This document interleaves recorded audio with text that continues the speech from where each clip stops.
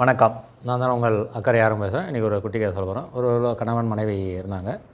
வந்துட்டு இருந்தாங்க. இப்போ கணவன் வந்து மனைவிகிட்ட கேட்டார், என்ன உங்கள் அப்பா வராராமே இந்த வாரம் அப்படின்னு கேட்டார். ஆமாங்க, அப்பா அங்கே தனியாக இருக்கார், வராரு, ஒரு வாரம் அங்கே தங்கியிருக்க போகிறாரு. ஒரு வாரம் தங்கியிருக்கிறாருன்னா ஒரு வாரம் தங்கியிருக்கிறதுக்கு உண்டான செலவெல்லாம் யார் பார்க்குறது? எவ்வளோ கஷ்டத்தில் இருக்கோம், நீங்கள் உங்கள் அப்பா வர சொல்லிட்டியே அப்படின்ட்டு கொஞ்சம் கடுமையாக பேசுகிற மாதிரி பேசினார். அந்த அம்மா அப்பா மனைவி வந்து எங்கள் அப்பா இதாக இருக்கார், அவர் வந்து இருக்கக்கூடாதா அப்படி இப்படின்னு சொன்னாங்க. நீ முதல்ல டிக்கெட்டை கேன்சல் பண்ணு, நான் டிக்கெட்டு எடுக்கணும், அப்புறம் டிக்கெட்டுக்கு போகிறதுக்கு அனுப்பணும், அதனால் டிக்கெட்டை கேன்சல் பண்ணுவேன்னு சொல்லுவார் மனைவிக்கிட்ட. அந்த மனைவி வேண்டாம் வருப்பா, டிக்கெட்டை கேன்சல் பண்ணிட்டேன், இப்போ உங்களுக்கு சந்தோஷம் தானே, எங்கள் அப்பா அங்கே வர, அவர் எங்கள் அம்மாவும் இல்லை, அவர் தனிமையில் இருக்கார், நம்ம கூட ஒரு வாரம் இருக்கிறதுனால உங்களுக்கு என்ன போச்சு அப்படின்ட்டு ரொம்ப கோபமாக அந்த டிக்கெட்டையும் கேன்சல் பண்ணிட்டு உங்களுக்கு சந்தோஷம் தானே அப்படின்னாங்க. உடனே கணவன் சரி வந்து பண்ணிட்டியா, சரி இப்போ பாரு, ஒரு பேரை சொல்லி நீ பாரு, இப்போ போன மாதம் எங்கள் அம்மா அவனுக்கு ஃபோன் பண்ணாங்களே அதை பற்றி யோசிப்பார் அப்படின்னு சொல்லுவார் கணவர். உடனே அவங்க யோசிப்பாங்க. அதான் அவங்க அம்மா வரேன்னு சொல்லுவாங்க.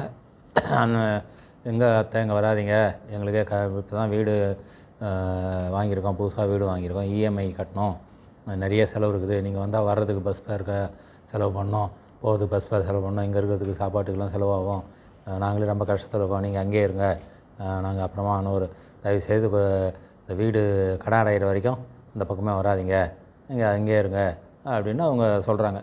அதை இவர் சொல்கிறாரு, நினச்சிப்பாருன்னு அப்போ தான் அவங்க வருத்தப்படுறாங்க. இப்போ சொல்கிறாரு, இப்போ புரியுதா வேதனை எப்படின்னு.